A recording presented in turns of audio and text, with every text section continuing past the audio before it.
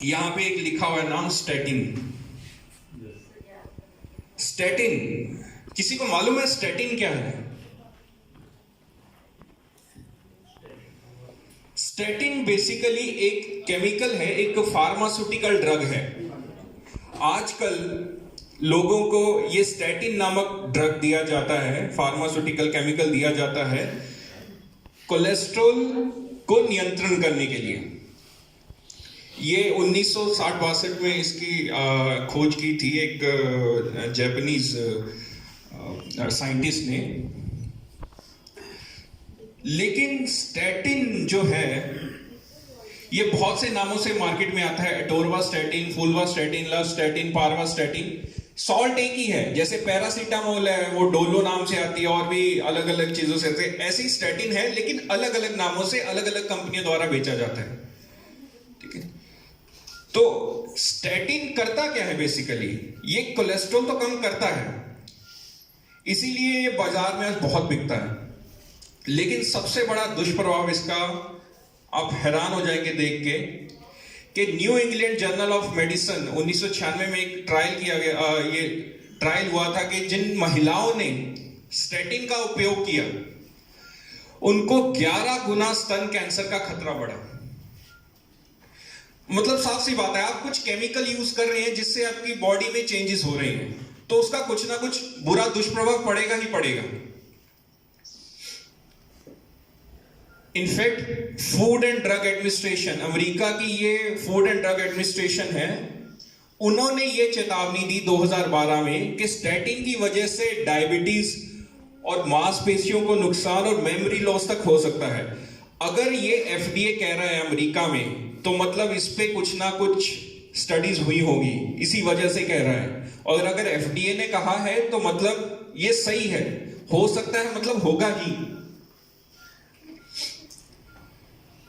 अच्छा, memory loss का अगर हम बात करें, इसमें कह रहे हैं कि मेमोरी लॉस होता है। अभी आपको यह समझना पड़ेगा कि मेमोरी लॉस क्यों होता है।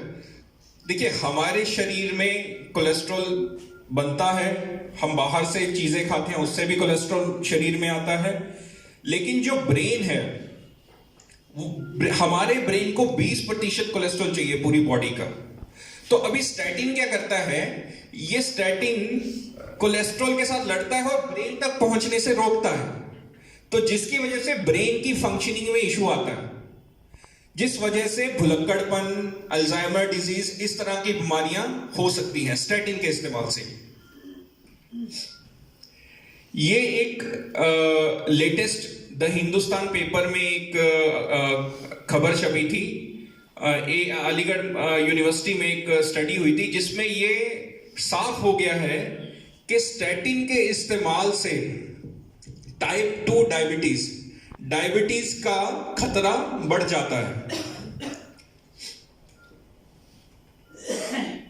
तो बहुत से दुष्प्रभाव हैं, जैसे मैंने आपसे डिस्कस किया, भार बढ़ना, मांसपेशियों में ऐंठन, नींद ना आना, घबराहट होना, चक्कर आना, चिंता रहना, त्वचा के रोग, थकान, छाती में दर्द, बुखार, मतलब बहुत बहुत। फायदा एक है लेकिन नुकसान अनेक हैं इसके। ये मैं आपको बता रहा था कि आविष्कारक जो एंडो करके हैं आविष्कार, जिन्होंने इसका किया था, आप हैरान हो गए सुन के कि वो खुद स्टैटिन का यूज नहीं करते थे। मतलब जिसने बनाई, जिसने आविष्कार किया, वही नहीं यूज कर रहा। तो आप सोच सकते हैं कि इसके क्या दुष्प्रभाव होंगे। अच्छा, ये एक मैं आपको एग्जांपल दे रहा हूं। ये एक फूल है, ठीक है, इसमें ये जो कांटे लगे हैं, ये हम समझ लिए फूल हमारा पूरा शरीर है, इसमें ये कांटे कोलेस्ट्रॉल है।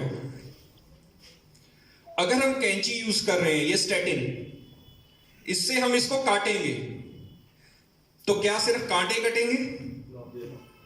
और भी नुकसान होगा। वही चीज स्टैटिन कर रहा है। तो स्टैटिन क्या कर रहा है कि एक फायदे की वजह से बहुत से नुकसान कर रहा है आपके शरीर को। तो ये देख सकते हैं, फायदे सिर्फ 2 और नुकसान अनेकों।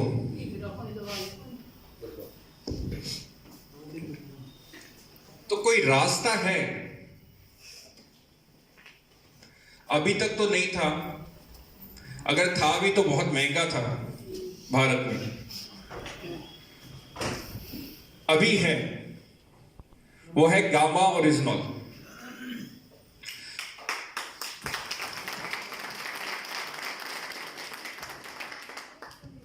तो ये जो गामा ओरिजिनॉल है, गामा ओरिजिनॉल एक कुदरती पोषक तत्व है, बल्कि जापान में तो ये 1962 से यूज हो रहा है। आपको मालूम होगा कि जापानीज जो हैं उनकी आयु बहुत लंबी होती है, उनका खान पान, उनका सब, ठीक है ना। तो ये वहां पे तो 1962 से लोग यूज कर रहे हैं, और वहां पे एक दवाई के रूप में इसको यूज किया जा रहा था। तो बहुत से इस पे स्टडीज हुई हैं कि ये कोलेस्ट्रॉल को कम करने में फायदेमंद है। लेकिन सबसे पहले गामा ओरिजिनॉल है क्या? गामा ओरिजिनॉल बेसिकली के जो हमारा चावल होता है उसके ऊपर एक भूरी परत होती है। जब हम धान का छिलका उतार देते हैं, उसके बाद उसके ऊपर वो जो होता है भूरा चावल होता है, ब्राउन राइस जिसे हम बोलते हैं। आजकल उसको बड़ा हेल्दी मानते हैं कि उसको खाना चाहिए, व्हाइट राइस नहीं, ठीक है। तो वो जो ब्राउन लेयर है, वो लेयर में ये ओरिजिनॉल होता है। तो उसमें से इसको एक्सट्रैक्ट किया जाता है, और ये 100% नेचुरल है। मतलब स्टैटिन एक केमिकल है, ये प्राकृतिक है। और आप देख सकते हैं कि एफएसएसएआई ने भी इसको अभी न्यूट्रास्यूटिकल कैटेगरी में दर्ज कर दिया है। अगर आप एफएसएसएआई की वेबसाइट पे गामा ओरिजिनॉल सर्च करेंगे तो उसमें आप देखेंगे कि भाग 79 में इसको न्यूट्रास्यूटिकल की कैटेगरी में पंजीकृत कर दिया है। अभी न्यूट्रास्यूटिकल क्या होता है? न्यूट्रा मतलब नेचुरली जो बना है, मतलब प्रकृति से लिया गया सोर्स, जिसको हमने एक कैप्सूल फॉर्म में बना दिया, उसको न्यूट्रास्यूटिकल बोलते हैं। तो आप देख सकते हैं कि क्या फर्क है। उसमें सिर्फ 2 फायदे थे और अनेकों नुकसान थे। इसके फायदे ही फायदे हैं, कोई नुकसान है ही नहीं, क्योंकि ये 100% नेचुरल है। अभी इसका हम कह रहे हैं कि कोलेस्ट्रॉल तो मैनेज करता ही है, इसके अलावा उसके बहुत से फायदे हैं।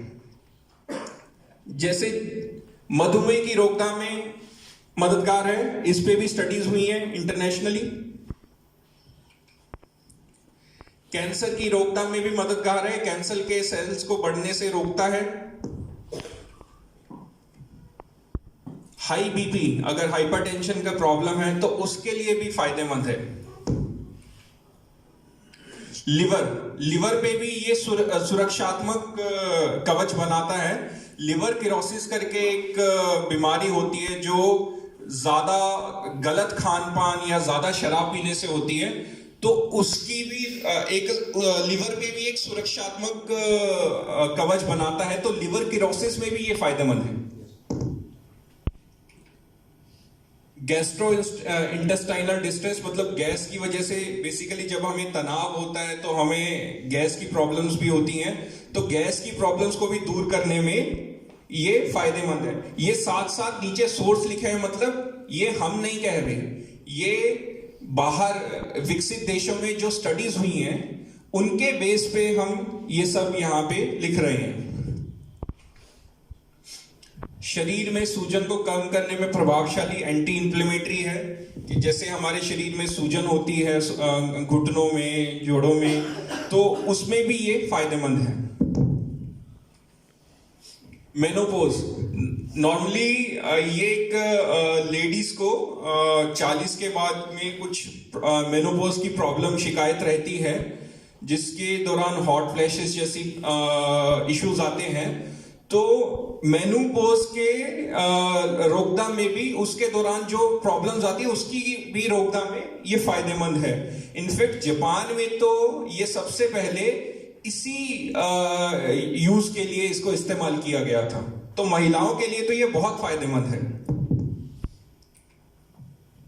ऑस्टियोपोरोसिस, जैसे बुढ़ापे में हड्डियां कमजोर हो जाती